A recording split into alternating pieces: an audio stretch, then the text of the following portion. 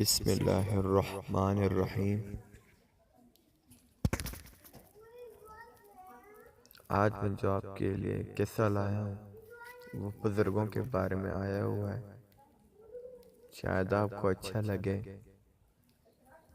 اگر آپ کو اچھا لگے تو پلیز ہمارا چینل سبسکرائب اور لائک ضرور کیجیے گا۔ یہ جو قصہ ہے، جو نصیحت ہے جو میں آپ کے لیے لایا ہوا ہے بزرگوں کے بارے میں، جس کے بارے میں شیخ سعدی رحمۃ اللہ علیہ بیان کرتے ہیں کہ بچپن میں ایک دفعہ عید کے دن میں اپنے والد کے ساتھ باہر گیا۔ وہ شاید جیسے جاتے ہوتے ہیں، ہر ایک بچہ اپنے والد کے ساتھ جاتا ہے، تو شیخ سعدی فرما رہے ہیں کہ میں بچپن میں ایک دفعہ عید کے دن اپنے والد کے ساتھ باہر گیا۔ راستے میں ایک جگہ کھیل کود میں مصروف ہو گیا اور والد کا ساتھ چھوٹ گیا۔ اکثر بچے ہوتے ہیں کہ جب والد کے ساتھ کھیل کود میں مصروف ہو جاتے ہیں تو بچوں کے ساتھ کھیل کود میں مصروف ہو جاتے ہیں تو ان کو اپنے ماں باپ بھول جاتے ہیں، وہ کھیلنے میں مصروف ہو جاتے ہیں، کیونکہ وہ بچے ہوتے ہیں۔ جب کھیل کود سے فارغ ہوا اور والد کو نہ دیکھا تو خوف اور دہشت سے بے اختیار رونے لگا، کیونکہ جب وہ کھیل کود سے فارغ ہو گیا، تھک گیا، تو اپنے والد کو جب اپنے پاس آس پاس نہیں دیکھا، اتنا بڑا شہر ہے، تو وہ رونے لگا۔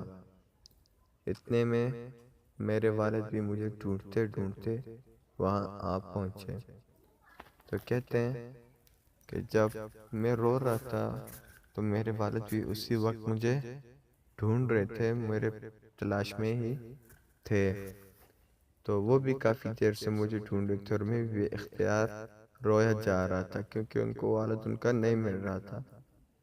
تو جب وہ ان کے والد ان کو ڈھونڈتے ڈھونڈتے وہاں آ پہنچے تو انہوں نے کہا، تو شیخ سعدی رضی اللہ عنہ فرماتے ہیں کہ انہوں نے میرے کان کھینچے اور جھڑک کر کہا، ان کے اکثر والد جیسے اپنے بچوں کو تھپڑ مارتے ہیں یا کان کھینچتے ہیں اور ڈانٹتے ہیں، تو انہوں نے بھی اسی طرح کہا۔ شیخ فرماتے رہے ہیں کہ انہوں نے میرے کان کھینچے اور جھڑک کر کہا کہ بے وقوف، میں نے تجھے کئی بار سمجھایا کہ میرا دامن کبھی نہ چھوڑنا۔